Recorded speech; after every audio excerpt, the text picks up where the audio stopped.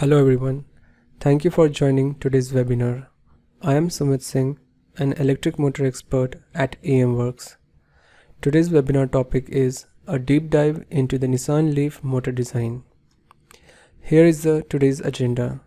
First, we will discuss about an electric vehicle, and then we will see what are the design challenges to design an electric motor. And then we will go through the different EMWorks product solution to design an electric motor. And for today's webinar, we have three different designs named as flat shape PM rotor, V shape PM rotor, delta shape PM rotor, which will be designed using an EMWorks2D and MotorWizard software for performance analysis. An electric vehicle in simple term is a vehicle that has a battery and charger system to power the car, and there are various advantages of using an electric vehicle. First, it is environmental friendly. It do not emit any harmful pollutant as compared to gasoline based car.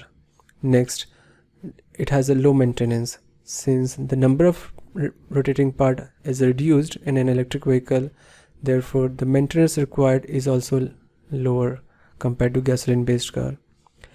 Third, it has a low cost per kilometers. Since electricity is used to boost the battery, therefore the cost to drive per kilometer is way more cheaper compared to the gasoline based car. And the third, electric motors are more energy efficient at higher speed of operation compared to the combustion engine. Now, we have some disadvantages of an electric vehicle, but I would say these are the disadvantages since we are discussing this topic in the year 2022, and I believe that in the coming years this may not be the disadvantage anymore for an electric vehicle. So if we talk about this today, yes, the electric vehicle is more expensive than the gasoline based car, and we do have a limited fast charger facilities. For a city driver or for a daily use purpose, electric vehicle is good enough, but if we have to travel a long distance, we need to take an hours to charge its battery again, as we have very limited fast chargers, which is in the case of gasoline based car, it can get refueled within a minute. Electric cars also has a range limitation. As of now in the market, we have a electric vehicle whose range varies from 300 kilometers to 600 kilometers, which is good enough, but in the coming year it might also increase.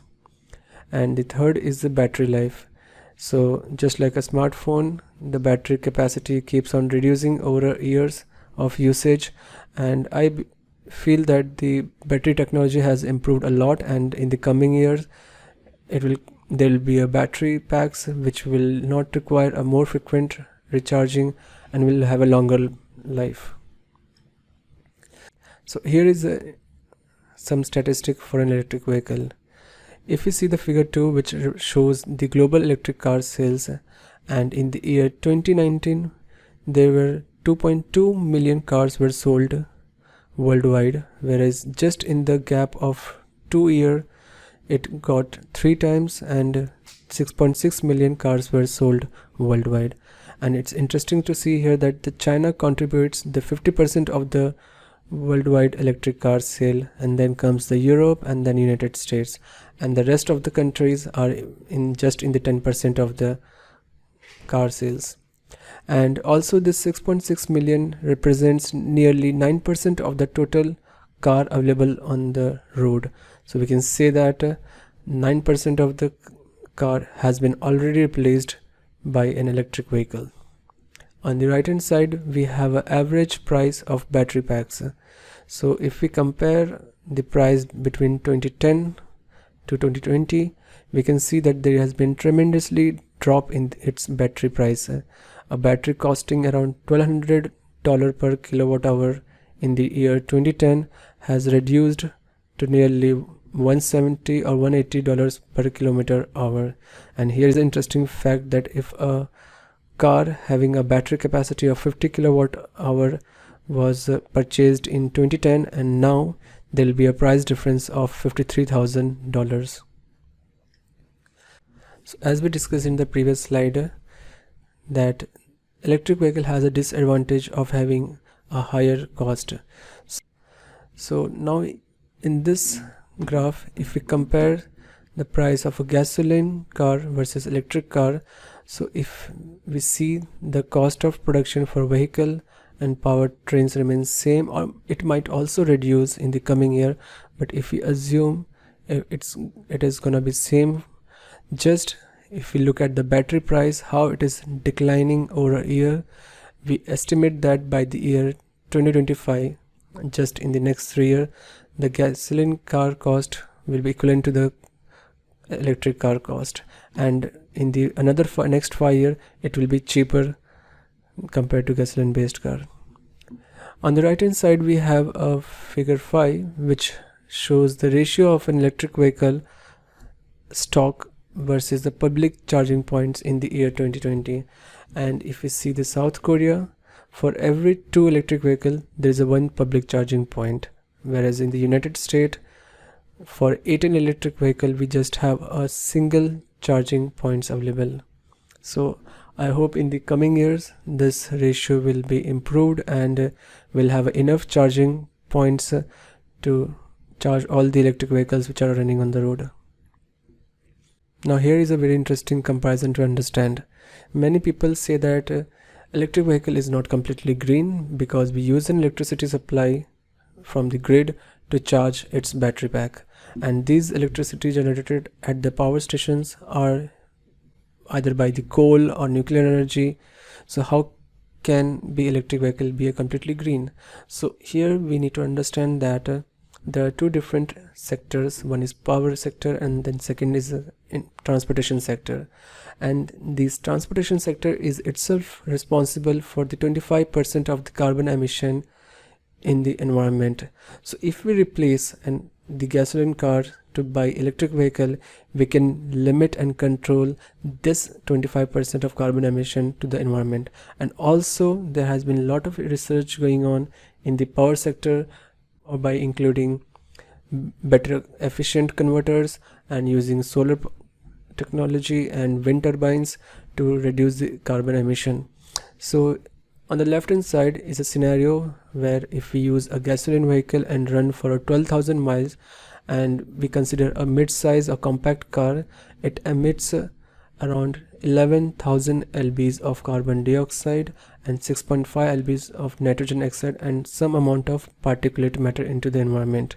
Now if we just replace this gasoline based car by an electric vehicle and still we charge the battery pack using a source which is generated by either coal or nuclear energy, so yes, there will be an carbon emission happening due to the electricity generation, but it shows that the emission has dropped almost to 1/3 because of using the electric vehicles. And the third scenario comes where we'll be using renewable sources of energy to charge its battery, and here we have a complete 0 lbs of carbon emission happening to the environment. On the right hand side we have a figure 7 which shows the different countries and how their government is participating and are proposing a complete ban on gasoline based car vehicles, and they all have their different target based on their population and the number of cars running on the road. So if we see, Norway has a very early plan to ban its gasoline based car by 2025, and then we have Germany, India, Ireland, Israel, Netherlands and many more which are planning to ban a complete sale of a gasoline based car by 2030. And then comes France and UK which is planning to ban by 2040. So far we have discussed about an electric vehicle and how its sales has been increased worldwide. So it is very important to understand its component. So an electric vehicle consists of a battery pack, which is nothing but a series and parallel combination of lithium ion cells to get the desired voltage and current rating. We have a charge port which uses a supply from the grid to charge this battery pack, And then we also have some onboard chargers and transmission system to run the other components of the electric vehicle. And obviously then we need a DC-DC converter to level down the DC voltage, which is used to run the other components of an electric vehicle. But the most important component of an electric vehicle, which is nothing but the soul of an electric vehicle, is the electric traction motor, which we will be studying and analyzing in today's webinar. On the right hand side we have a actual base of a Tesla Model S car and how it looks like. So we see that there is an electric motor installed in the front of the car. Then we have a big battery pack installed at the bottom, which will help to maintain the stability of the car and will not consume any space in the front or the back of the car. And then we have some control units inside this electric vehicle. So designing an electric machine is a challenging task, as its electromagnetic, thermal, mechanical performance are coupled and need to be taken into consideration together at the same time. So based on the design constraints and the demand by the user, the motor designer has many choices and criteria to take care of. Just for an example, if the DC supply input voltage is fixed, then the back EMF obtained at the base speed of the motor should not exceed its terminal voltage. So estimating these parameters and losses which generate heat in the motor are the major challenges while designing the motor. Another characteristic of the motor is the high speed operation, which is during the flux weakening mode, and to obtain its efficiency plot at different torque and speed. Also, determining the structural deformation and stress caused on the stator and rotor due to magnetic forces is very important. So to make this design process simple and easier, EMWorks has a various motor solution products. First, we have a MotorWizard tool. It is a template based motor design software that allows user to accurately solve both electric and magnetic problems. Then we have EMWorks2D tool. It is a 2D electromagnetic simulation software that uses the finite element to solve magnetic, electric and transient problems.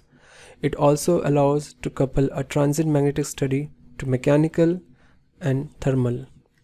Then we have EMS tool. It enables user to do both electric and magnetic simulations using the complete 3D geometry. EMS is a true multiphysics software that enables users to couple the magnetic and electric design to circuit, motion, thermal and structural analysis on the same model in a hassle-free integrated environment. So we will be using these tools today to design the 3 different motor topologies. Here are the design specifications that we have considered for today's analysis. The number of slot and the pole is same for all the 3 design. We have kept the base speed and the phase current constant, and it's same for all the 3 different topologies. Also, the material property used for the core, permanent magnet and conductor are the same. So here is the 3 different topologies that we are considering today in today's webinar. So first we have a flat shape PM rotor, where one piece of magnet is representing to each pole, and it's embedded inside the rotor core, making it interior permanent magnet motor. Then we have a V-shaped permanent magnet motor, where the 2 pieces of magnets are embedded inside the rotor core at an angle such that the flux generated from each magnet contributes and helps in the flux concentration to increase the flux linkage of the motor. And the next we have a delta shape, where 3 pieces of magnets are embedded inside the rotor core. So before moving into the result section, let us quickly scan the model settings that we need to do it in the EMWorks2D platform. So once we have a geometry in our SolidWorks, we use an add-in option in the tool to start the EMWorks2D software, and then we go through its material for different parts of the motor, and EMWorks2D has a huge database of material where users can select and choose as per their desired performance and the requirement. Then we need to set the boundary condition. Then we need to also select the part of the rotor cores which are rotating and where the torque computation is required, and then to set the mesh control. Here we can see the different models and their mesh considered for the analysis. And the last, we have a winding settings where user get an choice between a current driven coil or a voltage driven coil, and then to set its frequency and amplitude, and also the diameter of the conductors and the number of turns. And finally we run the analysis, and in the result tab user can see all the different types of results such as flux linkage, induced voltage, torque, speed, and different types of losses. So here we have a results for the flat shape PM rotor. On the left hand side we have a induced voltage, nothing but the back EMF generated at the base speed of the motor for the zero current excitation, and we do see that there are still some harmonic ripples in the back EMF and it's not completely purely sinusoidal. On the right hand side we have a flux linkage caused by these magnets into the stator windings, and it is nearly around 0.1 Weber. We also have a cogging torque shown here which is close to 10 Newton meter, which can be reduced if we skew the geometry and by the other optimization technique. And on the right hand side we have a core loss generated in the stator and rotor core, and also its hysteresis loss and the eddy current losses. Similarly, we have a results from the EMWorks2D software for a V-shaped permanent magnet rotor. We have a back EMF which is more closer to the sinusoidal, but it still has a lot of harmonic content. And then on the right hand side we can observe that the flux linkage has improved as we have added more magnet volume for the flux concentration, and now due to that the flux linkage is now close to 0.17 Weber. Also at the same time, if we observe its cogging torque, the cogging torque has increased compared to the previous flat shape design, and now the cogging torque is around 15 Newton meter. And on the right hand side we have a total core loss, also its hysteresis loss and eddy current loss. Now here we have a results for a delta shape PM rotor. If we look at the back EMF, it is further improved compared to previous two designs, and also at the same time the flux linkage has increased to 0.2 Weber, but the cogging torque remains the same as the previous design, and which is close to 15 Newton meter, and also the core loss of this design were obtained.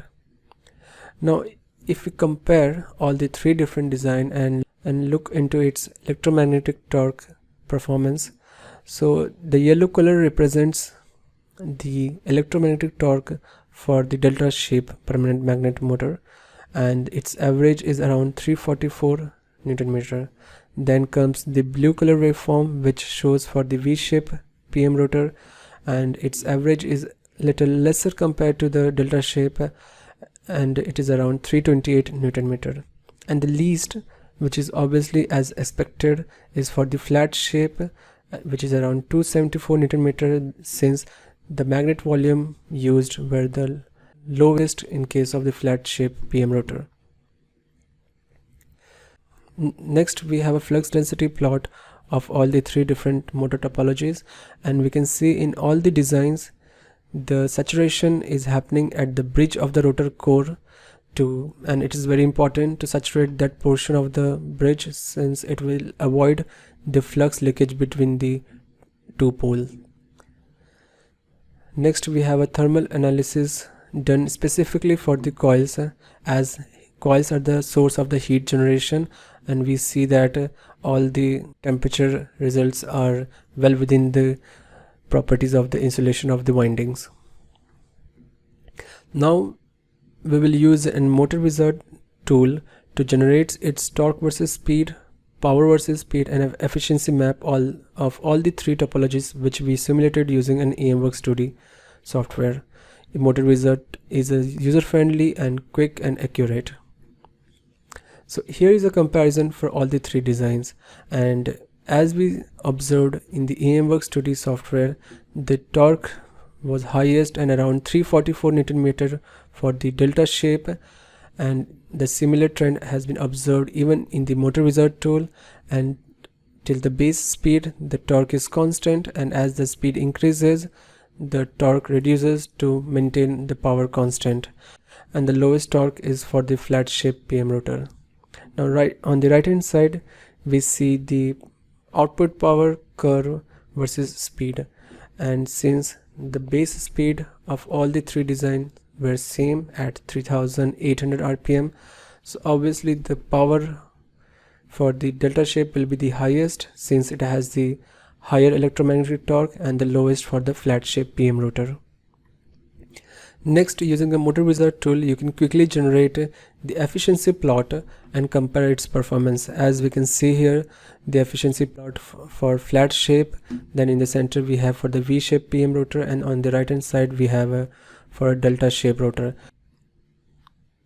So to summarize today's all the three design, and to have a fair comparison, the outer diameter and the stack length of all the three designs were kept the same, that is around 198 mm, and the stack length of 260 mm. The average torque was the highest for the delta shape due to the higher volume of magnet used in the rotor core, and the least for the flat shape. Also, the power was obtained around 136 kW for the delta shape rotor design. Now if we compute the torque density of all the three topologies, so as we had the average torque highest for the delta shape, therefore the torque density and power density is also the highest for the delta shape design.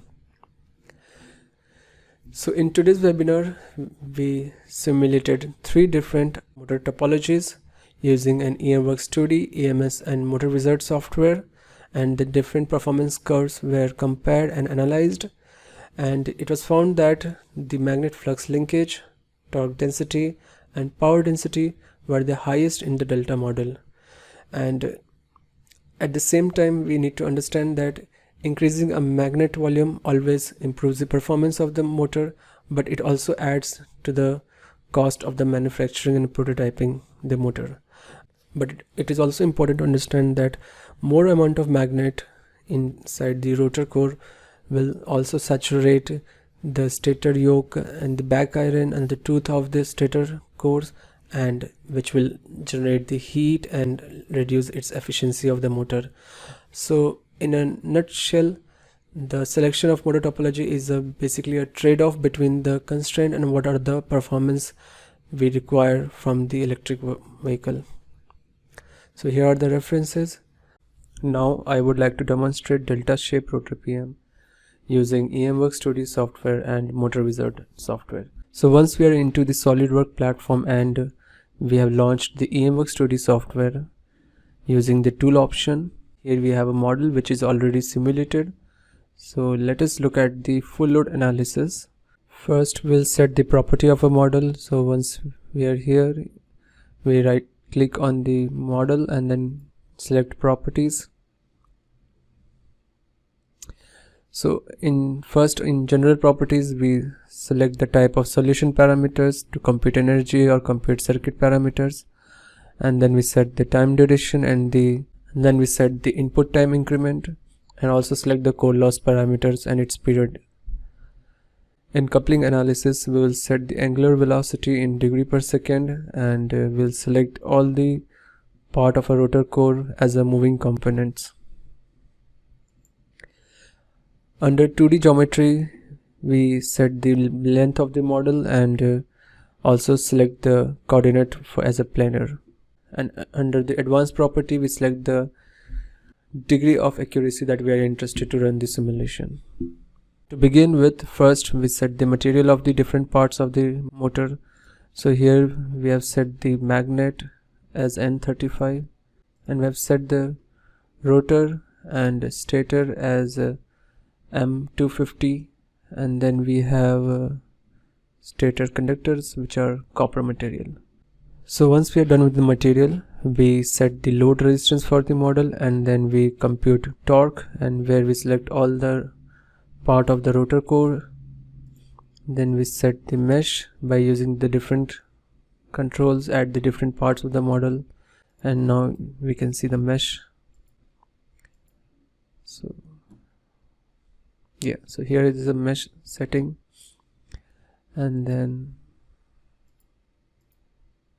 after we are done with the mesh, then we have a winding where we have excited 3 different phases, and we have selected the coils for A phase, then for B phase, and respectively for C phase. So once the simulation is run and completed, we can see the results in the result table. So here we have different types of results such as energy, resistance, winding losses, flux linkage, inductance, torque, and core loss. Let us look at the torques. So once we select the torque, we need to select the one of the results which will be shown here, and then we add the parameters, and then we click on the plot preview. So here we get the torque curve for the delta shape rotor PM. Similarly, we can also see it's a flux linkage where we select all the 3 phase coils and then add the parameters and then plot preview. Next, we can also see the magnetic flux density and choose the different types of plot that we are interested to look at it. So we have a fringe, vector, contour lines. So first, for plot format, I have selected fringe, and then even you can use a contour lines as an overlay, and then we can click on the show button. So here is the magnetic flux density of a model, and you can see these are the portion where our rotor cores get saturated due to the magnetic flux leakage.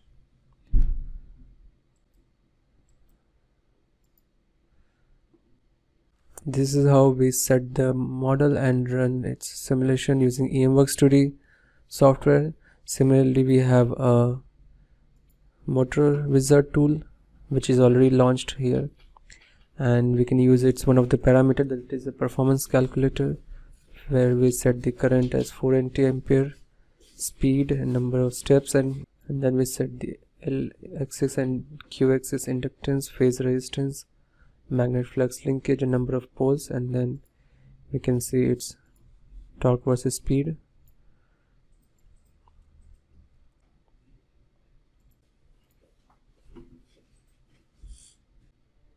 And here is the power versus speed curve, and then we have efficiency map.